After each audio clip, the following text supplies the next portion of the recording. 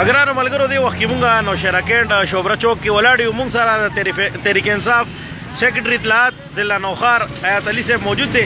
ناظم صاحب دا راته ووایي تاسو اوس احتجاج وکړو نوخار شوبره چوک کې تاسو راووتئ مخکې به ستاسو څه لای عمل وي؟ بسم الله الرحمن الرحیم. ډېره شکریه ستاسو ادا کوو چې موږ له مو ټایم راکړو او کوریج راکوې.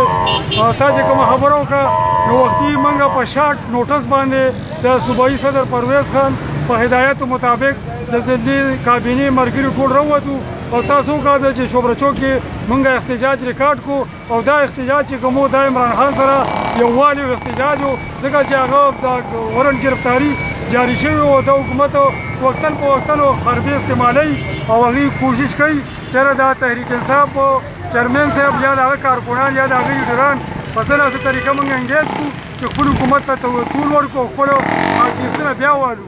خو موږ احتجاج دلته ریکارډ کړو. دې نه پس چې زموږ صوبایي صدر پرویز خان څه هدایات وایي هغه به موږ کوو.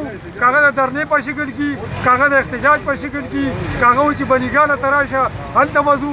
موږ هېڅ قسمه قربانۍ نه چې کوم دی رستو کېږو نه. موږ چې کوم دی عمران خان سپایان یو هغه سره ولاړ یو او چې د بره نه څه هدایت موږ ته میلاویږي ټول ضلع نوخار ټول ملګري ټول کارکونان به هغې سره وي او انشاءالله چې مشران څه وایي مخکې به موږ هغې سره په هغه قدم باندې روان. ناظم صاحب ستاسو پارټۍ والا په سوشل میډیا ډېر تاسو زیات اکټیویټیز کوئ. داسې اطلاعات هم راتلل چې انټرنیټ به بند شي دغه نو فرض کړو انټرنیټ بندېږي یا د ده ګرفتاري کېږي بیا به تاسو څه کوئ؟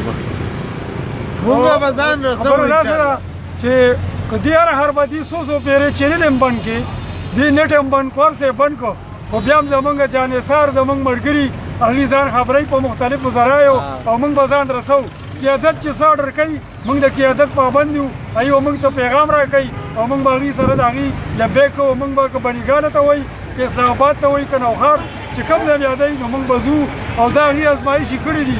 نیټ هم هغوی څو پیرې بند کړی دی چینل هم بندي کړي دي پابندۍ هم لګولي خو هغې باوجود هم چې دی د عمران خان سره دا قوم روتی دی قوم بیدار شوی دی او قوم ته دا پته لګېدلې چې په حقه څوک روان دی او ناحقه څوک روان دی په رښتونو څوک دی ایماندار څوک دی او غل څوک دی او غلا چا کړی او ډاکو ته څوک راغلی. مهرباني.